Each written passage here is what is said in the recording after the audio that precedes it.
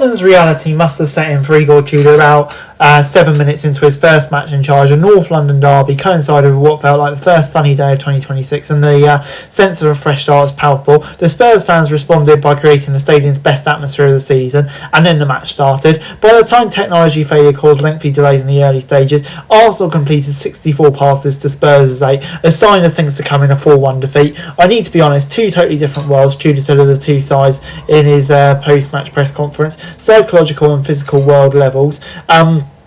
Different worlds, and before long different leagues as Spurs do not improve. It was not as damaging as the weekend as it might have been with West Ham drawing at home to Bournemouth and Nottingham Forest beaten. However, the situation remains bleak for Spurs, who are 4 points above the bottom three. The relegation threat is real, as every possible stat indicates. They have 2 wins in their past 18 league matches. They have the worst defensive record over the past 12 matches and the fewest points in that period. Macclesfield and Mansfield have beaten more Prem sides in 2026 than Spurs. Tudor says he's 100% sure Spurs would stay up.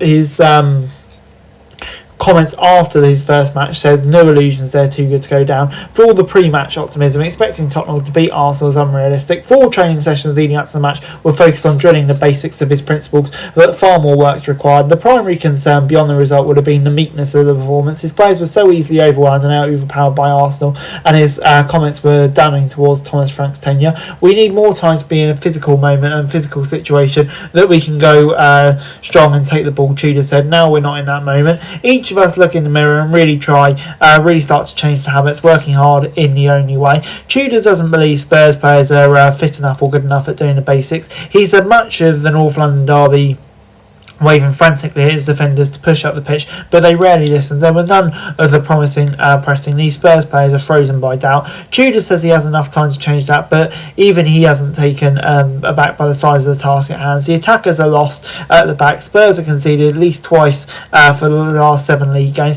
Tudor has been keen to point out key individuals will return from injury. There are about 11 players from Arsenal, which of course is a huge issue. However, a busy treatment room isn't just bad luck. There's no guarantee those players don't suffer a setback, and they will need time to get up to speed. Kudos and Verval could return in April, Maddison potentially in May. Spurs could be in the relegation zone by then, and players short of match fitness can't be expected to drag them out of it. Tudor is correct in that it still needs time for an upturn in form, but that depends on how committed the players really are. Sunday was a reality check for the fans, but also the squad. Some fans might have been convinced that Frank was holding them back, but it seems different to that. Arsenal served up a reminder of how far they are. Tudor's an aggressive character, demanding the most and home truths that are needed. However, there's a possibility it spirals and that players don't respond to a manager they know is only here until the summer. Spurs, obviously has some big games coming up against Fulham and Palace, and those games are critical. These players need to believe they are on the right path and that Tudor's system can work. 3 defeats to start his interim could really be damaging.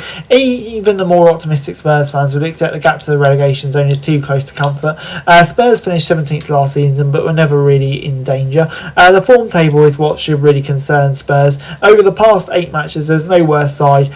Spurs taking just 3 points. In that period, Forest gained 6 on them, and West Ham have closed the gap by 8. If that trend continues, they'll go down. However, the fixture list is encouraging. They host Palace, Forest, Brighton, Leeds and Everton in the final months. The anger towards Frank has gone, and the Spurs team are right behind the team against Arsenal. If that unity can stick together, then it could be a big boost for Spurs. They have proved capable of losing to any side, particularly at home, where they just have 4 Premier League matches since November. Tudor, they will believe Spurs can pick the necessary points up to avoid relegation. West Ham still has to face Arsenal, City, Liverpool and Villa. Forest, meanwhile, go to the Etihad, Stamford Bridge and Old Trafford. Like West Ham, their running is more difficult than Spurs. The caveat is that both sides look much better than Spurs. The Hammers have picked up 3 wins and 2 draws in their past matches. Forest beat Fenerbahce and were unfortunate to lose to Liverpool. Leeds are not free from the fight either. They sit 2 points above Spurs, but home matches against Burnley, Wolves and Brighton should offer enough survival opportunities. The Spurs players have to contend with an extra psychological burden. It would be an embarrassment if they were relegated, far more so than Forest or West Ham,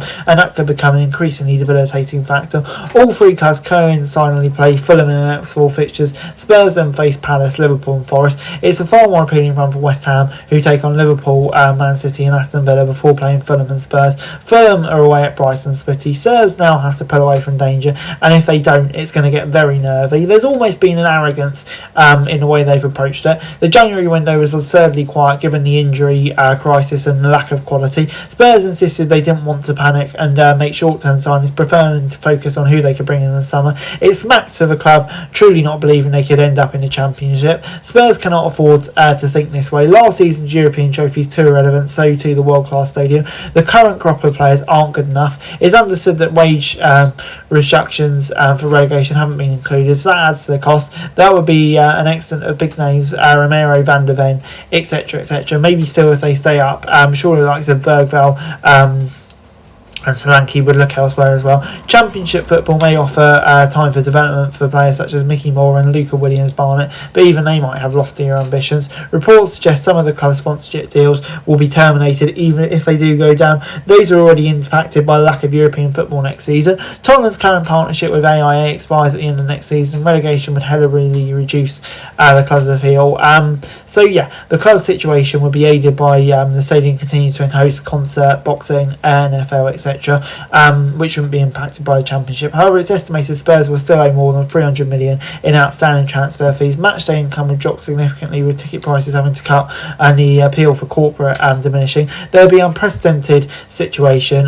Spurs are the 9th wealthiest club in the world, and to be in this situation is just absolutely shocking. And now the reality is beginning to sink in. Relegation is staring them in the face. Okay guys, that's it for this video. Thanks very much for watching. Remember to like, share, subscribe, follow us on our socials, link in the description below for daily football news, meme and content. Subscribe to our other channels on screen right now, that'd be greatly appreciated. Thanks very much for watching.